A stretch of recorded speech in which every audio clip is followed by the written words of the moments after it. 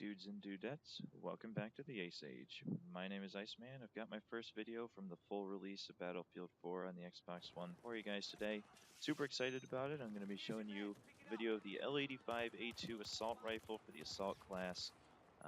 Really just unlocked this gun from the China Rising DLC, and I'm really excited to use it again and show you guys what's good and what's bad about it, so you can use this information to kind of better your productivity with this gun, get some good kill streaks and all that good stuff. So this was my favorite rifle from Battlefield 3 in the assault class. I was really happy to get it back, get another chance to use it, see what they've done to it. I was kind of hoping they'd left it the same, but they actually didn't.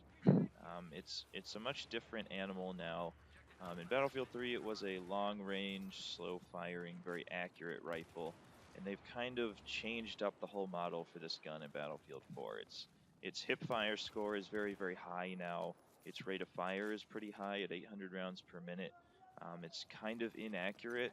Its score for accuracy is kind of low. And generally, this is a close quarters hip fire gun. You can use it at long range, as you've seen already, and you'll see some more clips of it later.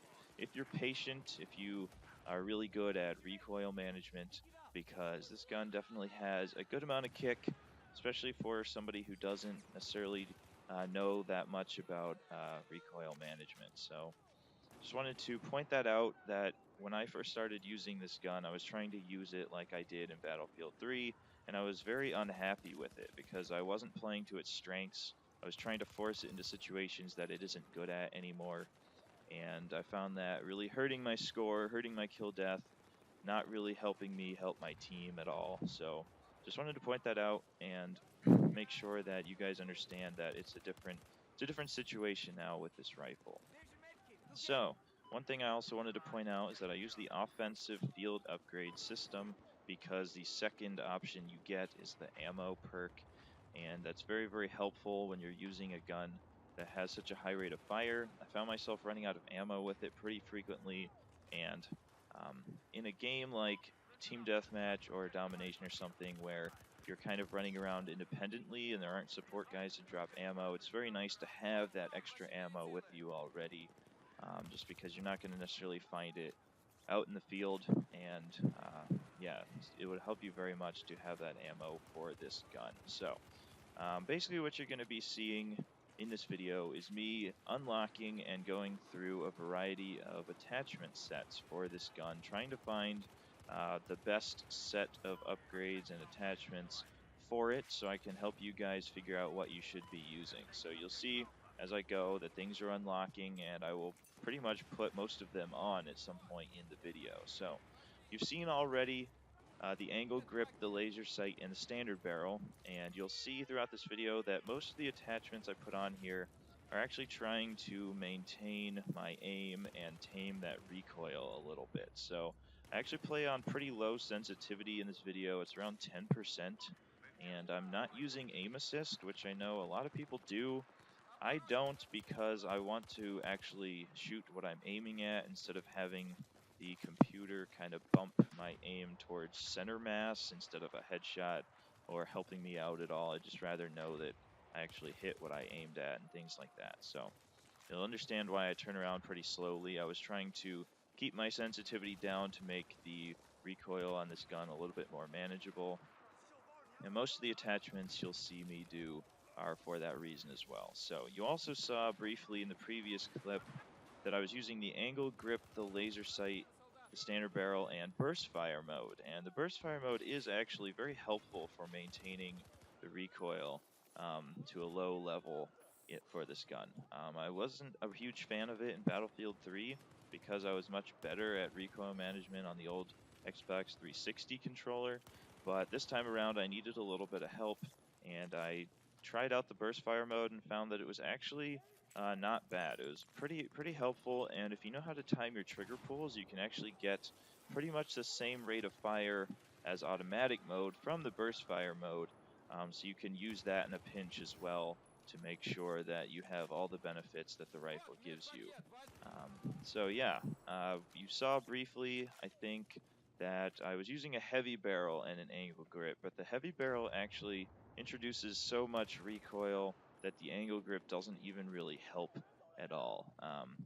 Even in burst fire mode, that only helps a little bit. Basically, you get a ton of accuracy from the heavy barrel, but the recoil, especially with a gun like this with the high rate of fire, it was pretty much too high to really use effectively at anything outside of short range. And the whole point of the heavy barrel is for long range. And so I wasn't really seeing the statistical benefits that I thought I was going to with that. So I took it off pretty quickly.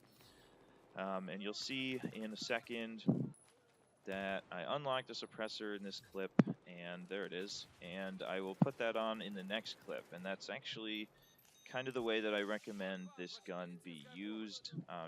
Just for you guys, that's my opinion. Because it is designed to be a close quarters, high rate of fire weapon, I think the suppressor complements that perfectly. It's very helpful for keeping you off the minimap, especially when you're close to people, and that's the huge benefit of the suppressor.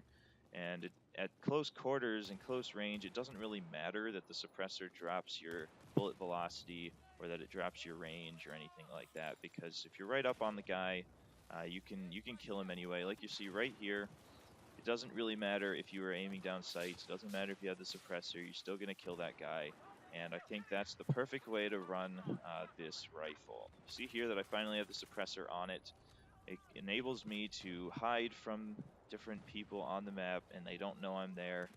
And I kill a bunch of their teammates. You'll see here I got the hit marker glitch for some reason. The hit markers actually didn't show up when I shot either of these two guys right in the face. But for some reason, I guess that's like a next-gen console glitch or something like that. But anyway, you'll see here, suppressor, laser sight, and angled grip. Again, the angled grip is to help try to manage the recoil a little bit.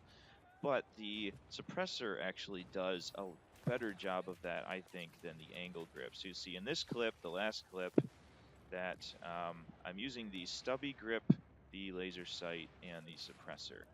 And that is my final recommendation for the attachments to run on this rifle. The suppressor allows you to stay off the minimap and help control your recoil. The stubby grip gives you that extra accuracy boost that the suppressor takes away, so that kind of evens that out. And then the laser sight obviously gives you that huge buff in close quarters for your hip fire. Really kind of plays to the strengths of this rifle, and enables you to be pretty dangerous at medium range, especially dangerous at close range. And if you're really good at aiming, you can be even dangerous at long range with this rifle as well. So I hope you guys learned something from this video. These are obviously just my opinions about the rifle, but I think it's a very excellent gun, and you should spend the time trying to unlock it from the China Rising DLC if you have that. There is sort of a glitch with the guns from the DLC as of right now that I thought I'd let you know about. Pretty much after every round, the attachments from the China DLC guns will actually be kind of stripped off your gun. It's not like you haven't unlocked them or anything. It just takes them off and resets the gun back to its bare state with iron sights and everything. So I've had to reset up this rifle pretty much every round I've played with it. And that seems to be a pretty common issue with the guns in that pack. So hope you guys learned something. If you did, leave a like, comment, subscribe, all that good stuff. Hope you guys enjoyed, and until next time, stay frosty.